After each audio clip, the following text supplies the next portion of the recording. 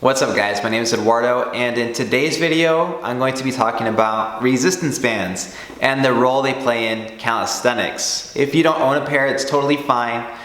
You might feel inspired to buy some after this video, but I also might convince you otherwise because they have their pros and cons.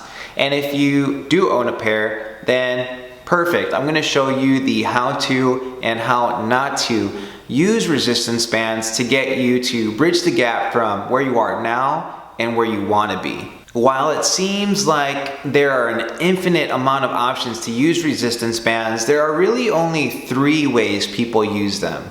And the first one is basically your regular hotel gym workouts where you have absolutely no equipment at all besides your own body weight and maybe a few resistance bands. And what typically tends to happen is that you're missing pulling work. And when you don't do pulling work and you do pretty much all the pushing work, like push-ups, and you don't do pull-ups, you start to develop asymmetry. So that's where these come in.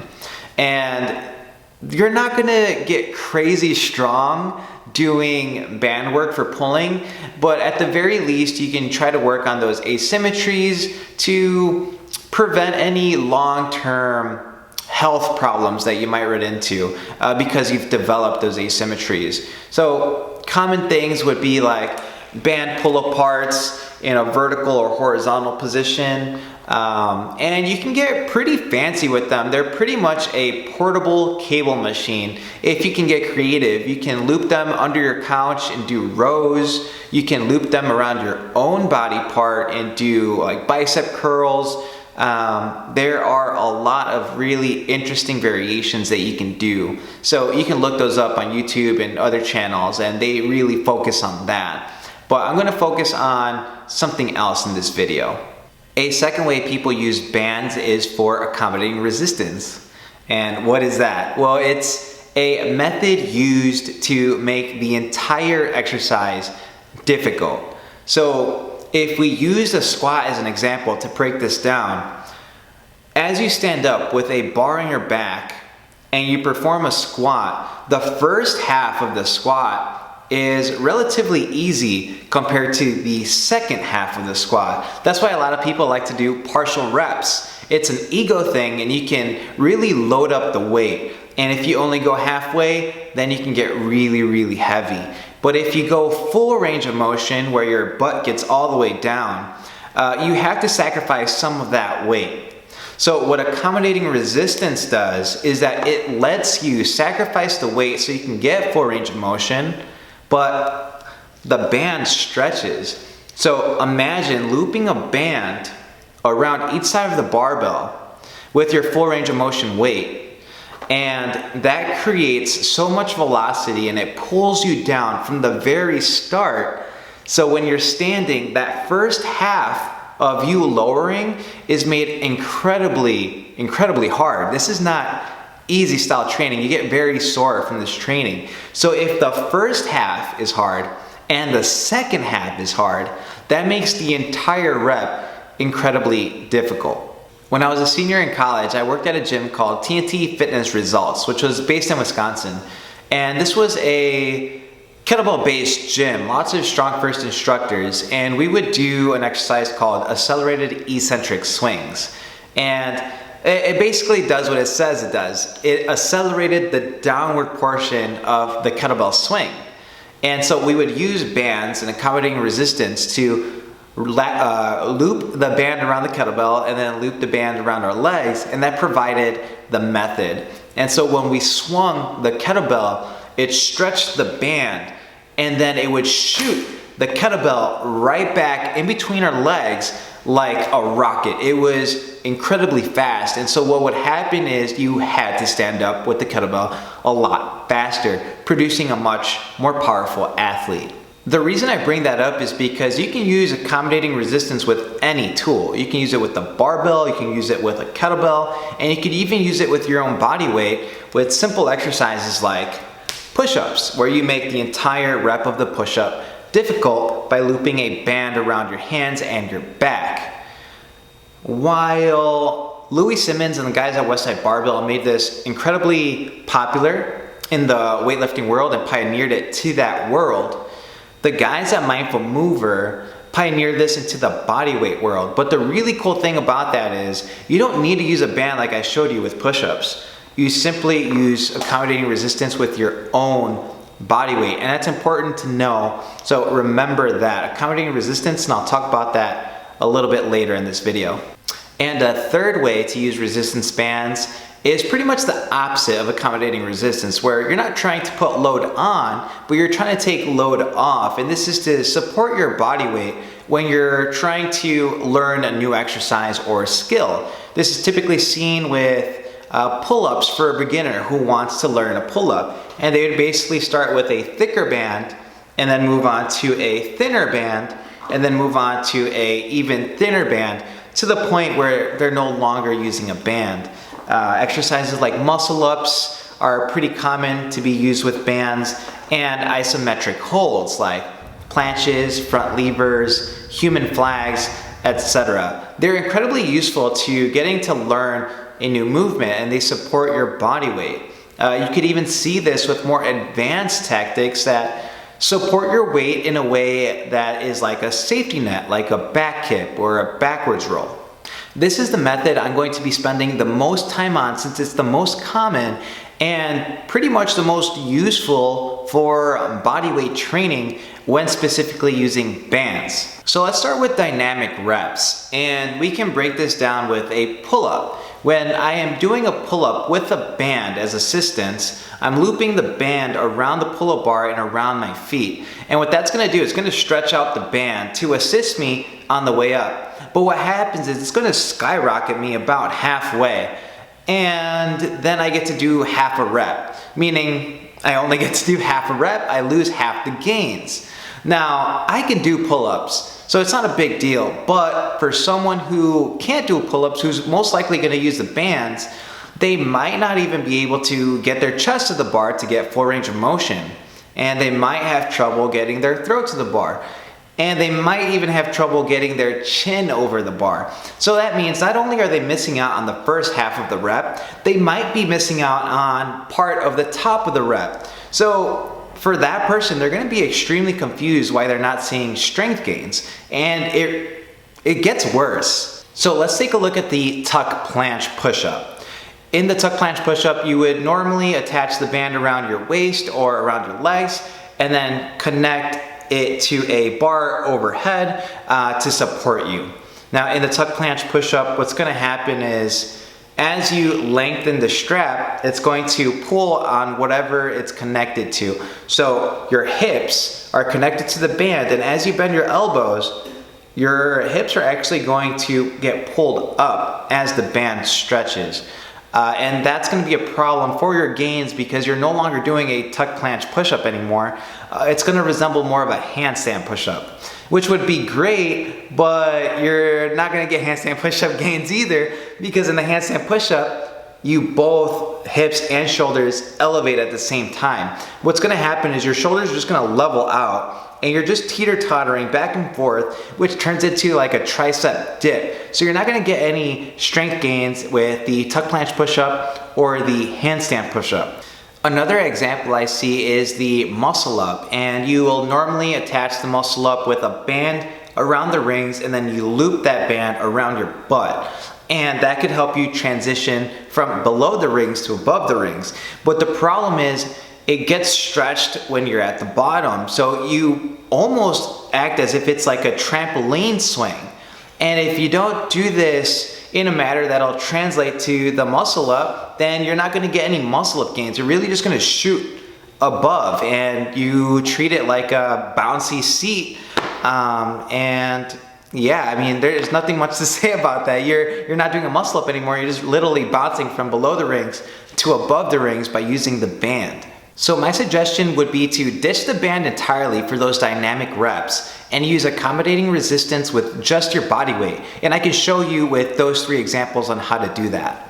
Here's an example of how you could use accommodating resistance with chin-ups. So if you can't do a strict full dead hang chin-up, what you could do is use your feet lightly to assist you. Notice how I'm sort of flirting with the floor with my feet, so I'm only using it when I need to. Right now I'm not using my feet, I pull up as high as I can, and then I use my feet as little as possible, but as much as I need to. So whether you are not close at all or extremely close to unlocking your first chin-up, you can use this exercise to your ability level by using your feet when you need them. This makes it way better than bouncing up and down on a band without control and without training your full range of motion.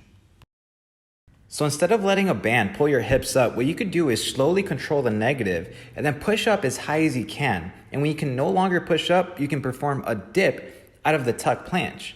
Now, if you can't tuck planche, another suggestion is to perform forward lean push-ups, which is basically a planche push-up with your feet on the ground.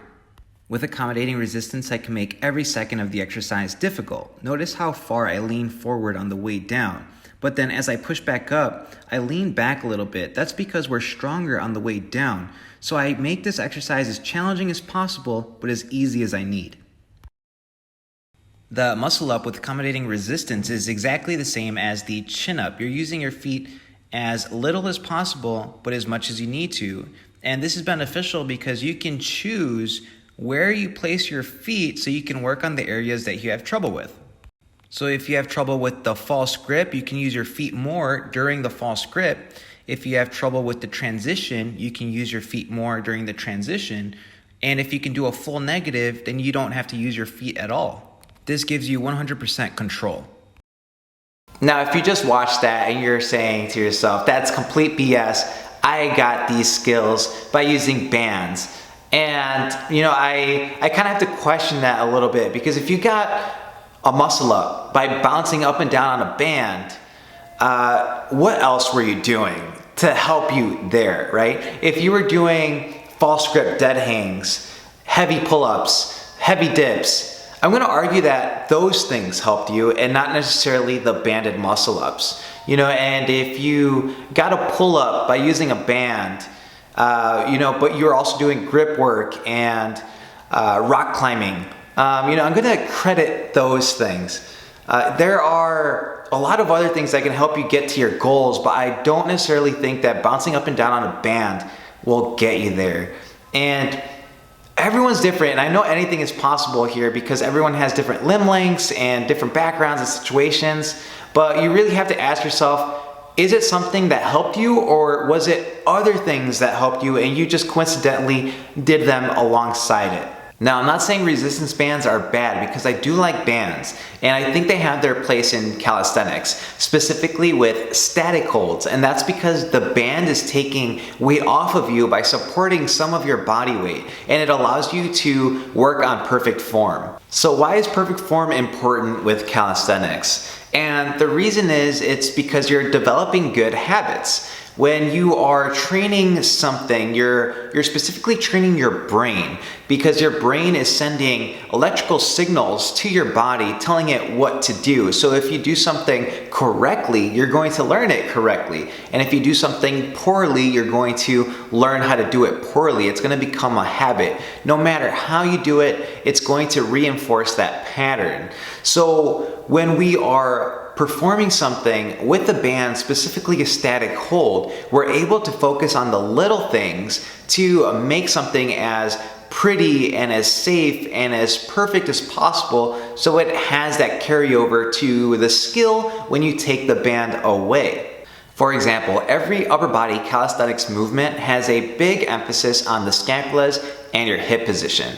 So if you look at the front lever, you want to have your scapula is opposing gravity. So gravity is pulling you down, so it wants to round your back. So you have to do the opposite to become stronger and hold the position. So you have to retract and depress your scapulas while having your hips level with your shoulders. That way you can reinforce this perfect form and become stronger by the same thing, opposing gravity. But that's extremely hard to do, so you need to build the strength for it.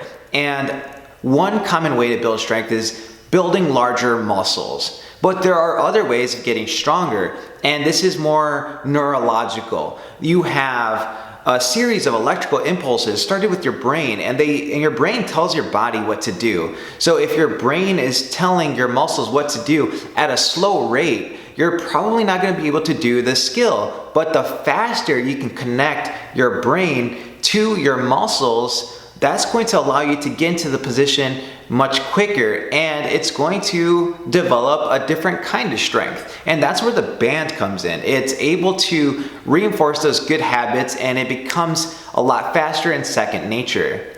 Another way of getting stronger is recruiting muscles. So you're not thinking of the front lever as a lat exercise, you're thinking of the front lever as a total body exercise, meaning everything is engaged, from your toes to your calves to your quads, your butt, your abs, everything from the trunk. I mean, you're not just focused on one muscle, you're focused on your entire body. And the more efficient you can do that and squeeze everything together, the stronger you're going to be, because that kind of energy leaks into other muscles. So if you start with your feet, it's going to move onto your calves and move onto your quads and move onto your abs. And that's why grip training is so important, because these are your hands, and this is where the exercise starts, and it just spills over the better you can engage. And your brain is in charge of that. So if it can reach the furthest muscles of your body and it'll spill in, and you can engage your core and it'll spill out, you're connecting your body into one unit, and it's gonna make you a lot stronger. And the band also helps you with that, because now you can focus on all of your muscles because you feel a lot lighter. Whereas if you try to do it without the band, you might only be focusing on one muscle or two muscles, right? You might only focus on your lats and your arms being straight, but your body is drooping. So the band allows you to reinforce those good habits. So in regards to programming, what I would suggest is having a full dedicated workout to dynamic repetitions. And this could include handstand push-ups, planche push-ups, chin-ups, front lever rows, and I would suggest using accommodating resistance with those exercises so you can make the entire exercise as difficult as possible to maximize those strength gains. What this also does is that it trains your joints in their full range of motion, right? The body is lazy, so if you only train like this, then your body is gonna adapt to that, and you're only gonna get a few gains, a few inches of gains in your joints. Whereas if you take your movement through full range of motion, you're gonna have a much larger base of strength, and it's gonna carry over into other things in your life. I also recommend having a full static day with bands to help you take the load off a little bit and focus on those body positions to have perfect form, which will reinforce good habits. Now, you're only training a specific joint angle, so the key here is to make it as perfect and as pretty as possible so that it has carryover when you take the bands away. Now, you have to really make sure that your position is on point, otherwise it's not going to work. So you want to really focus on those small details. And if you're doing the dynamic exercises alongside your static exercises, those isometric holds will carry over to their dynamic exercises like planche push-ups, because the planche push-up has two isometric positions. It has the planche and the bent arm planche. So if you hold planche and bent arm planche with bands, you're going to have a better understanding of those two positions. Because when you're doing planche push-ups, there's a lot going on. You're trying to muster up so much strength, and you're trying to understand your body position, and you're trying not to fall on your face to control the balance and stability. So instead of thinking about all of that so much, your static day allows you to get the muscle memory down so that when you do your dynamic day, it's much easier. You don't have to think about those little details as much because it's already ingrained in your pattern. So in a nutshell, having those two different kinds of workouts complement each other so you can focus on perfect form and different kinds of strength to maximize your gains and your time that you put into your workout. So to summarize, the band has a lot of pros and cons. You can use the band as external resistance to do some pulling if you have nothing else to pull from. It's not the best, but it's not the worst. You can use the band to apply accommodating resistance, whether it's with weight or without weight. You can use it to make certain parts of the exercise harder than you would if you didn't use the band.